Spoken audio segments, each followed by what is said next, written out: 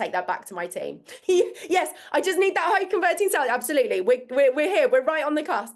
Yes, Kimberly, perfect.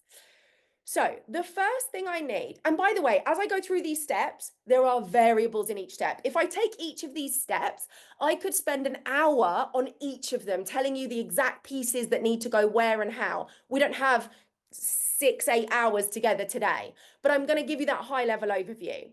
Now, the long-term success happens when we set up each stage and then we tweak and we refine it so it works beautifully for our business. And yes, there are exceptions. There are exceptions to who this works for. I'll be honest. I've got one client who we work with, and she has an entire estate and her house. She lives in it, and it's her own estate that she lives in. So she really only wants 6 or 8 weddings a year because of the really high price point and because it's her home and she has to move out when there's a wedding. And so for her, we don't do this sales journey because she only needs 6 or 8 weddings. If you want 30, 50, 100, 150 weddings a year, then this is the sales journey for you. Okay, is that clear for everyone? So in case you're in the exception where you just want 6 or 8 weddings. Okay, perfect. Weddings. I've absolutely smashed my sales target for January after increasing my prices. This is something else I talk about a lot. And switching to packages, for those of you who are anti-packages, back in November. And she was apprehensive, but she should have trusted the process because everything I'm sharing with you, we have tried and tested. Okay. 2 fundamentals I want you to, if you've got a pen, like write these 2 things down and underline them, all right? These are 2 things where I see people going wrong.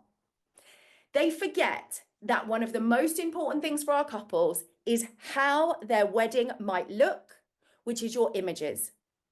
When your couple land on your website, your landing page, your brochure, your social media, how their wedding might look is the largest thing that gets them to take action. If they cannot imagine it, they can't see images of a ceremony set up. If we're not showing the space dressed or we're not showing the space at all, then this fundamental is not met and you got a hole in the bucket. They're dropping off the sales journey. You don't even know it. They're clicking on your website and you don't even know it because they're not taking action. And their second fundamental is how much it might cost, i.e., they want to understand packages and pricing, which is why we talk about this value ladder. So I can cover as many different price points as possible without overwhelming couples and without losing anyone. Because I do not like to use a from price. Because if I tell you that I'm from 10 grand a day to train your team, do you believe it's actually going to be 10 grand? Or do you think if I say it's from 10 grand, that you're probably going to end up spending more?